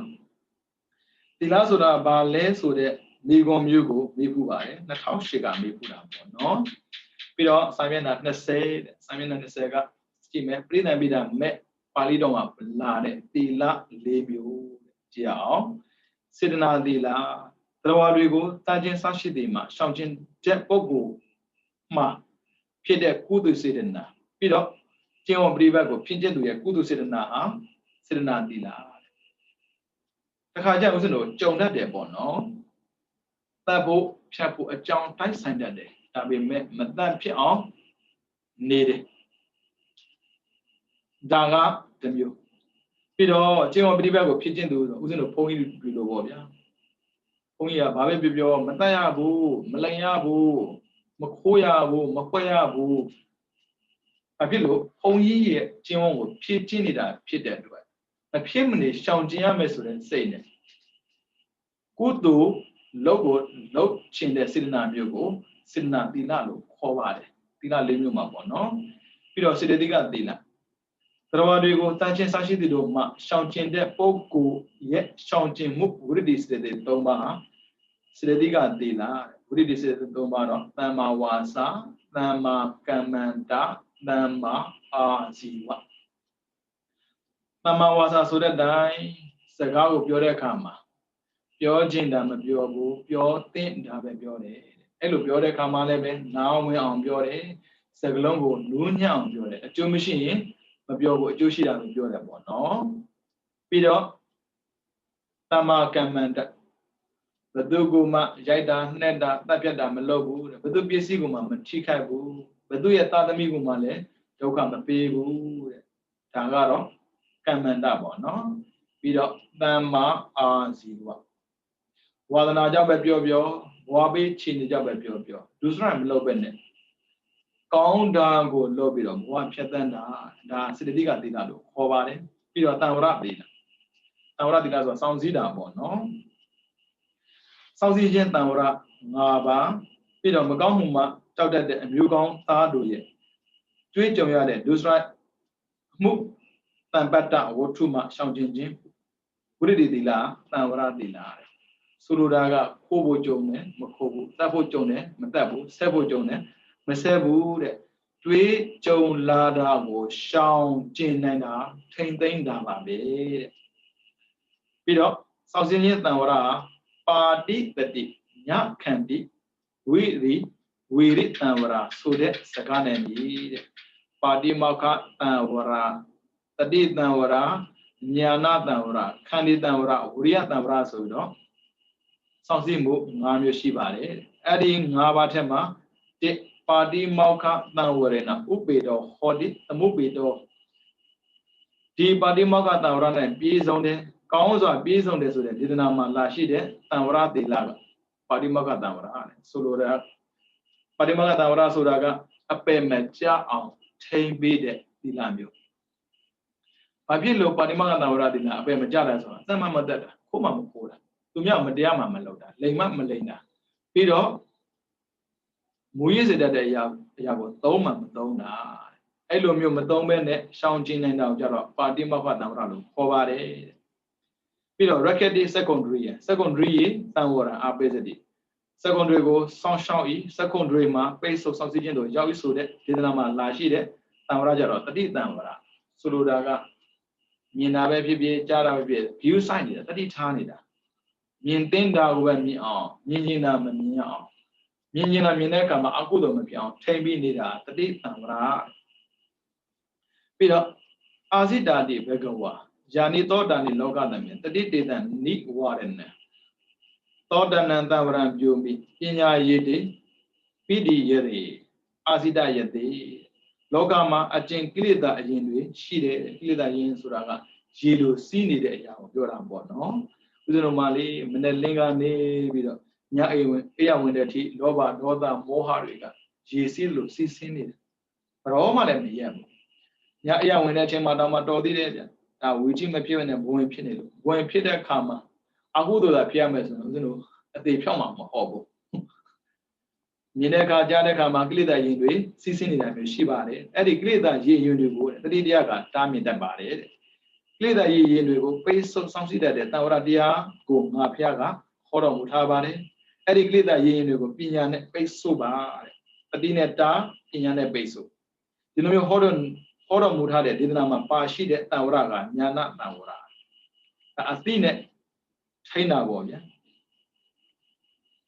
Together being a Bidwabi, together deep Mamabi swing, but all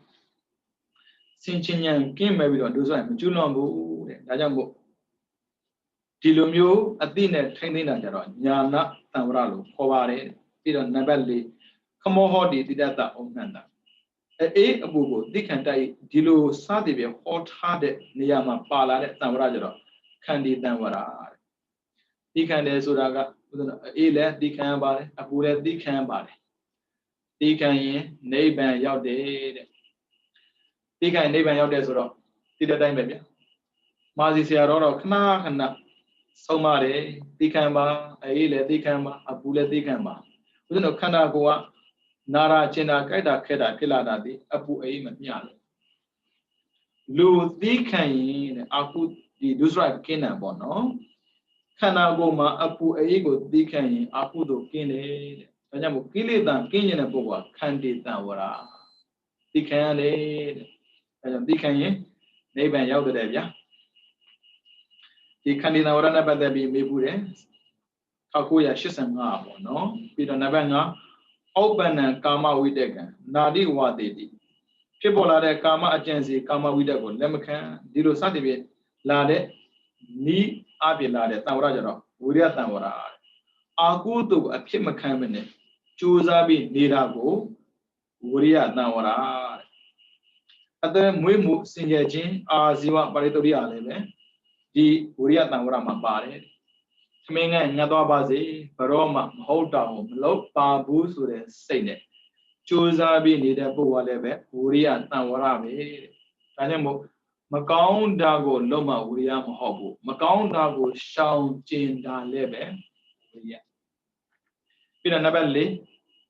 Samina, Nessan Nemamo, no? Near a joke yapti. Nenaro Mimia Benabo, no? She would order Dwalai by it, Hajayan Sedigali, home be pinning that day. Yeah, camera lit tay kya po mira. They don't like people point away.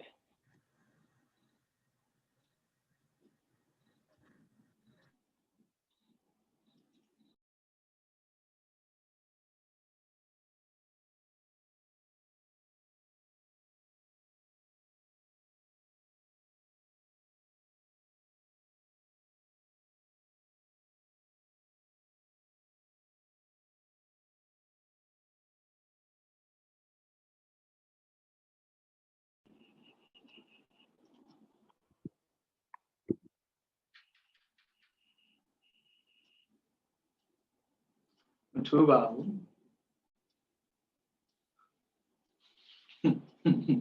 မထူးပါဟုတ်ပြီအတန်လေးကြားတော့လေအတန်လေးနားထောင်လိုက်ပေါ့ဗျာအဝိတကမသီလမလွန်ကျူးတာပေါ့နော်သီလဆောက်တည်တဲ့ပုဂ္ဂိုလ်ရဲ့ကိုယ်မှ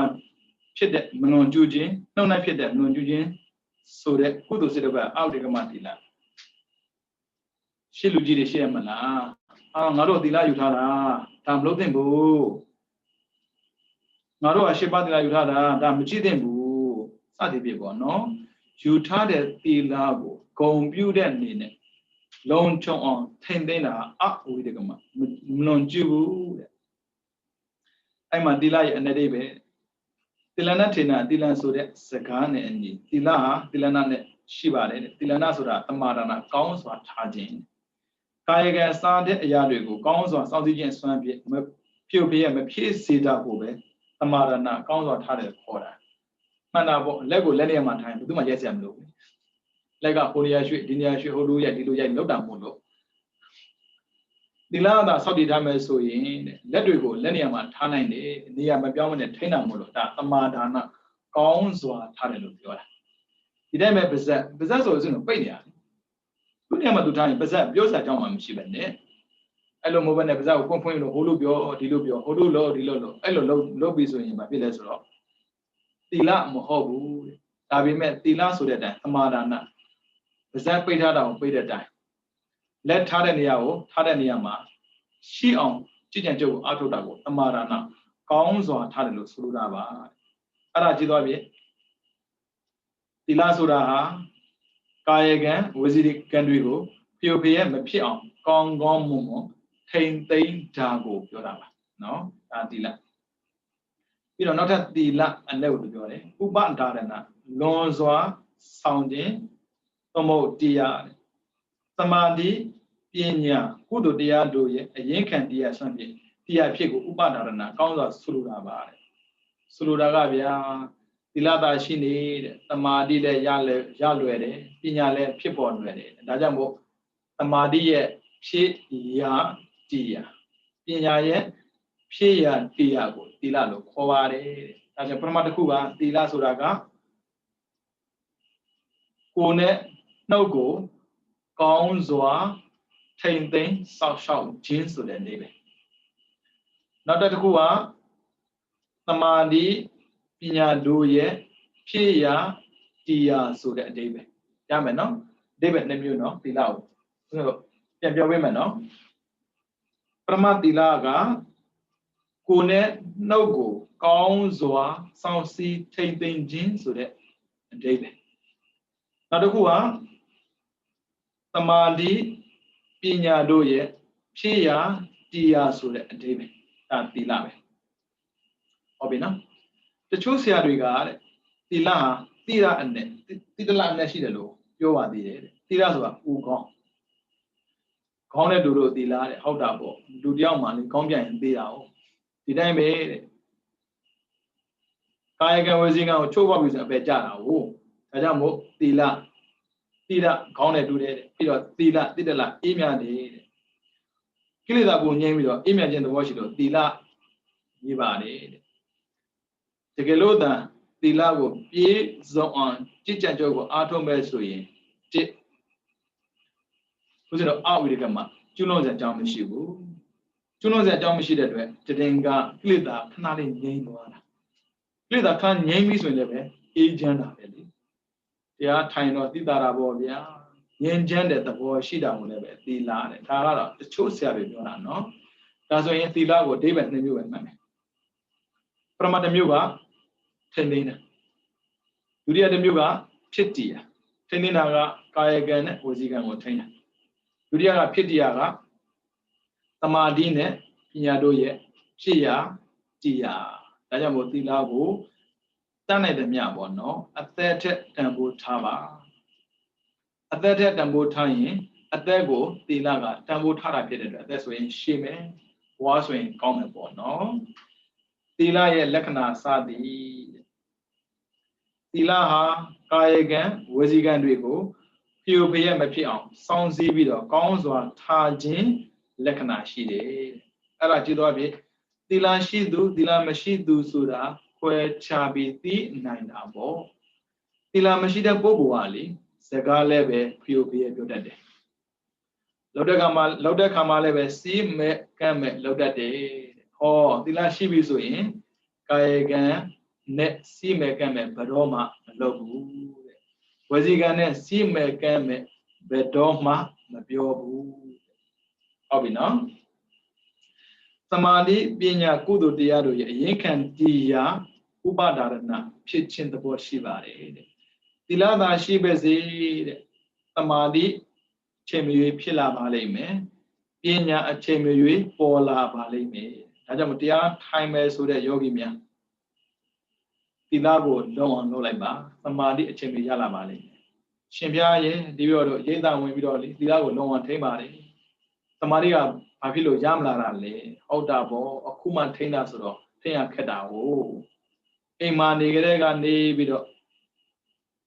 ကာယကံဝစီကံကိုထိမ့်ပြီးတော့နေခဲ့မဲ့ဆိုရင်တရားထိုင်တဲ့အခါမှာကာယကံနဲ့ကျွလွန်တဲ့အပြည့်တွေဝစီကံနဲ့ပြောခဲ့တဲ့စကားတွေဘယ်ပြန်ကြားစရာရှိမလဲဗျကြားစရာမရှိဘူးမြင်စရာမရှိဘူးဆိုရင်ငြိမ်ပြီပေါ့အဲ့ဒါကိုသမာဓိခေါ်ပါတယ်ဟောသမာဓိရှိတဲ့အတွက်ခန္ဓာကြည့်တဲ့အခါမှာအရှိကိုအရှိတိုင်းအမှန်တိုင်းမြင်တာမို့လို့အဲ့ဒါကိုပညာလို့ခေါ်ပါတယ်နော်အဲ့ဒါဟာသီလရဲ့လက္ခဏာနဲ့သီလရဲ့သဘာဝပေါ့နော်ပြီးတော့သီလမဲ့တွေအဖြစ်ကိုဖြစ်စီခြင်းကိစ္စနဲ့ပြည့်စုံခြင်းအ내ရှိတဲ့အပြစ်ကင်းခြင်းအနာဝေဇဆိုတဲ့ဂုဏ်သိက္ခာရှိတယ်သီလမှာလည်းဂုဏ်သိက္ခာရှိတယ်ဘာဖြစ်လို့ဆိုတော့ကိုချင်းတရားမကောင်းသူလို့ဘယ်သူမှပြောလို့မရဘူးတဲ့အဲ့ဒါဘယ်လိုပြောမလဲကိုချင်းတရားကောင်းသူလို့ပြောမှာပေါ့တဲ့ပြီးတော့အပြစ်ရှိသူလို့ဘယ်သူမှပြောမှာမဟုတ်ပါဘူးတဲ့အပြစ်ကင်းသူလို့ပြောမှာပေါ့တဲ့အဲ့ဒါချစ်ကျူးခံတာပေါ့နော်အပြစ်ကင်းတယ်ဆိုတဲ့ဂုဏ်ရယ်ပြီးတော့မကောင်းတာကိုမလုပ်ဘူးဆိုတဲ့ဂုဏ်ရယ်ရရှိပါတယ်တဲ့ပြီးတော့ကာယဒေါရနဲ့ဆင်ခြင်ခြင်းကာယသောစေယဝစီဒေါရနဲ့ဆင်ခြင်ခြင်းဝစီသောစေယမနောဒေါရနဲ့ဆင်ခြင်ခြင်းမနောသောစေယဆိုတဲ့ဆင်ခြင်ခြင်းလျင်ညာရှိရှိထင်တယ်ဟုတ်တာပေါ့သီလလုံခြုံတဲ့ပုဂ္ဂိုလ်ကြိုက်တဲ့ချိန်မှာဆင်ခြင်ကြည့်လိုက်ငါလေမကောင်းတာကိုဘာမှမလုပ်ထားတာပဲစကားနေလည်းပဲမကောင်းတာမပြောဘူးလက်နဲ့လည်းပဲမကောင်းတာမလုပ်ဘူးရှင်းပြောမယ်ဆိုရင်စိတ်ထဲမှာတော့မကောင်းတာမတွေးဘူးဩဆင်ခြင်တဲ့အချိန်တိုင်းမှာတဲ့ဉာဏ်ထဲမှာလေဆင်ခြင်မှုသာပေါ်ပေါက်လာတယ်ပြီးတော့ရှက်ခြင်းကြောက်ခြင်းဟာသီလရဲ့နီးဆုံးအကြောင်းတရားပါပဲရှက်တဲ့ကြောက်တတ်ရင်သီလလုံးတာပဲမရှက်မကြောက်ရင်သီလမလုံးဘူးဒါပဲဒီကအဲ့ဆိုရင်ဦးဇင်းတို့ကရှက်တယ်ကြောက်တယ်ဆိုတဲ့စကားပေါ့နော်ရှက်တာကကိုယ်ကိုတန်ဖိုးထားလို့ကြောက်တာကပတ်ဝန်းကျင်ကိုကြီးဆိုင်လို့အဲ့ဆိုရင်မရှက်ဘူးဆိုတာကိုယ်ကိုတန်ဖိုးမထားလို့မကြောက်ဘူးဆိုတာပတ်ဝန်းကျင်ကိုကြီးဆိုင်လို့ဒါကြောင့်လူတယောက်ရဲ့ဖြစ်လာတဲ့အခါမှာလူကလူလိုနေတတ်ရင်လူထပ်ဖြုတ်ဖို့ဘာမှမခက်ဘူးဗျ။ဘာဖြစ်လို့လဲ။ကိုယ်ကိုတန်ဖိုးထားတဲ့လေလူခန္ဓာကိုတန်ဖိုးထားရင်လူလိုကျင့်ရမှာပေါ့။လူလိုကျင့်ရင်လူလိုထပ်ဖြစ်မှာပဲလေ။ဟောနတ်ခန္ဓာကိုသဘောကျတယ်ဆိုရင်နတ်လိုဖြစ်အောင်ကျင့်ရမှာဒါသီလပဲ။အဲ့ဒါကလူသာပြောတာဗျ။ကိုယ်လည်းတန်ဖိုးမထားပန်းဝန်းကျင်နဲ့ဂီးမဆိုင်နဲ့ဒုစရိုက်ကိုကျွလွန်နေတာ။တော်တော်ခက်ပါတယ်လူတွေလေ။ဘလို့စိတ်ဓာတ်တွေနဲ့များဘဝကိုဖျက်တတ်ဖို့ကြိုးစားနေတယ်ပြောတတ်ဘူးပြောလိုက်ပြီးဆိုရင်ဒုက္ခဆိုမကြုံခြင်းပါဘူးတဲ့ပြီးတော့အပယ်လည်းမကြားခြင်းပါဘူးတဲ့ဒုက္ခမကြုံခြင်းဘူးအပယ်မကြားခြင်းဘူးဆိုရင်တော့ကိုယ့်ကိုယ်လည်းတန်ဖိုးထားပေါင်းကျင်တဲ့ဥစ္စာလေးဗျာအဲ့ဆိုရင်သီလလေးလုံးရင်ကောင်းတာပေါ့ဒါကြောင့်မို့သီလဘာကြောင့်လုံးတာလဲဆိုတော့အရှက်အကြောက်ရှိလို့ပါပဲအဲ့လိုသီလလုံးပြီးဆိုရင်ဘာရလဲဆိုတော့ဘယ်ချိန်မှာစဉ်းစားလိုက်ကိုယ့်ရဲ့စိတ်ထဲမှာကိုယ့်ရဲ့ဉာဏ်ထဲမှာငါတန်ရှင်းတဲ့လူတယောက်ပဲအဲ့လိုတန်ရှင်းတဲ့လူတယောက်လို့ကိုကိုထင်လာပြီဆိုရင်ငါမှကြည်လားသူကအပြစ်ပြောစရာတစ်ခုမှမရှိဘူးငါမကောင်းတဲ့လူမှမဟုတ်တာဒီလိုမျိုးမြင်လာတာဒါသမာဓိပညာရခြင်းအကြောင်းပါပဲเนาะအဲ့ဒါဒီလေးကသီလနဲ့ပတ်သက်ပြီးတော့ဦးဇင်းတို့အကျဉ်းမြင့်ပေါ့เนาะကျန်သေးတယ်သီလနဲ့အများကြီးကျန်သေးတယ်သီလကိုသီလနေ့တွေသားလေမနေဘူးပြောရမှာသီလနေ့တွေသားဦးဇင်းတို့စာမျက်နှာ100ဟုတ်တယ်129တိရှိတယ်သီလနဲ့ပတ်သက်ပြီးပြောမှာဒါဆိုရင်ဒီနေ့ဦးဇင်းတို့ဝိသုဒ္ဓိမဲ့ကိုစတင်ပြီးသင်တယ်ပြောရမှာပေါ့နော် အဲ့လိုစတင်တဲ့အခါမှာဖះကိုနတ်သားမိတဲ့ဘေကွန်သီလသမာဓိပညာလို့ဖះပြန်ဖြည့်တယ်အဲ့လိုဖြည့်တဲ့အခါမှာသီလသမာဓိပညာဘာဂုဏ်တွေရှိတာမို့လို့ကျင့်သုံးဖို့လိုအပ်တယ်လေအဲ့လိုမျိုးမေးခဲ့မဲ့ဆိုရင်ဖြည့်လို့ရအောင်ဆိုတော့အဓိသီလသိက္ခာအဓိစေတသိက္ခာပြီးတော့အဓိပညာသိက္ခာဆိုတော့သိက္ခာ၃ရပ်ကိုရလာမဲ့အကျိုးနဲ့ပတ်သက်ပြီးတစ်ခုစီရှင်းပြသွားတယ်အဲ့လိုရှင်းပြတဲ့အခါမှာအဓိသီလသိက္ခာကဘာဖြစ်လို့အပယ်ကင်းပြီးတော့တေဝိဇယဟန္တာသောတာပန်တက္ကရာဖြစ်စေနေတဲ့အစွမ်းရှိတယ်လေအဲ့လိုမေးလာမယ်ဆိုရင်မေးတဲ့မေးခွန်းကိုဖြေလို့ရအောင်ဆိုပြီးတော့သီလရဲ့အဓိပ္ပာယ်ကိုတိတိကျကျရှင်းပြတယ်ပြီးတော့သီလကဘယ်နှမျိုးရှိတယ်ဆိုတာကိုပြပေးတယ်အဲကြောင့်မို့သီလကြောင့်သိရင်လေသီလကျိုးပါသိတယ်သီလကျိုးသိရင်အကျိုးလိုလာတဲ့ပုဂ္ဂိုလ်အလုံးကအကြောင်းကောင်းအောင်ကြိုးစားတာပဲလေအဲကြောင့်လူဘဝနဲ့ခဏရစဉ်ကာလမှာသာသနာနဲ့တွေးကြုံနေပါတယ်ဘုရားရဲ့နေတိုင်းပြောတဲ့အပမာဒတရားကိုပြန်ကြည့်မယ်ဆိုရင်ဘုရားဘာတော်တုံးတယ်ပေါ့ဘုရားနဲ့တွေးကြုံဖို့သို့မဟုတ်ဘုရားသာသနာနဲ့ကြုံဖို့သိခက်ခဲတယ်တဲ့ပြီးတော့မနုဿတဘာဝတုံးတယ်ပေါ့လူဖြစ်ကိုရဖို့လည်းခက်ခဲတာဟောသာသနာနဲ့လည်းကြုံနေတယ်လူလည်းဖြစ်နေတယ်ပြီးတော့ပပ္ပစိတဘာဝတုံးလည်းပေါ့တဲ့လောကီအာယုံကာမဂုဏ်နဲ့ကင်းအောင်နေဖို့လည်းသိခက်ခဲတာတဲ့မှန်တာပေါ့ဒေသမှာနေတဲ့ချိန်နဲ့အိမ်မှာနေတဲ့ချိန်ပဲပုံများကိုယ့်ကိုပြန်ပေးကြည့်ပေါ့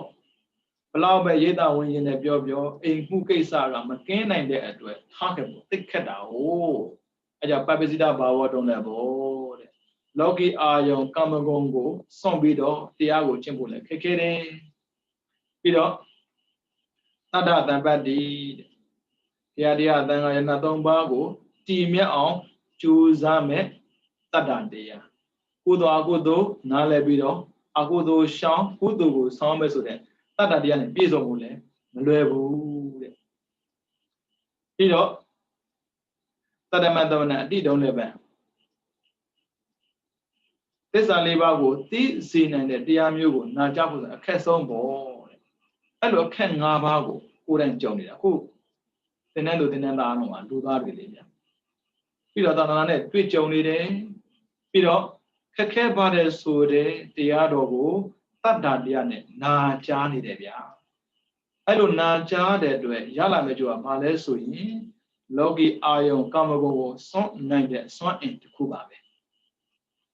လောကီအာယုံကာမဂုဏ်စွန့်နိုင်ပြီဆိုတော့သိကြပါတယ်ဗျာဘဝရခြင်းပါတယ်လို့ဘလောက်ပဲអော်ပြီးပြောနောက်ထပ်ဘဝရစရာအကြောင်းမရှိဘူး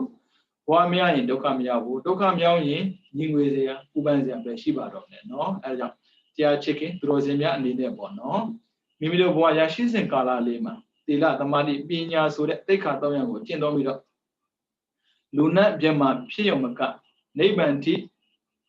မြဲမှောက်ပြုနိုင်အောင်จิตကြံကြုတ်ကိုအာထုတ်နိုင်သောသူတော်ကောင်းများဖြစ်ကြပါစေကုန်သတည်း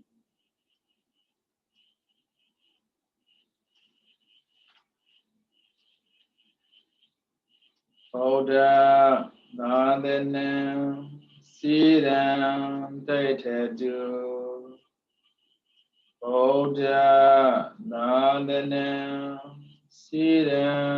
ဒိဋ္ဌတုဗုဒ္ဓသာသနာစီရံဒိဋ္ဌတုသာဓုသာဓုသာဓုသင်္นานသူသင်္นานသားများလုံးကိုယ်ချမ်းသာစိတ်ချမ်းသာကြပါစေ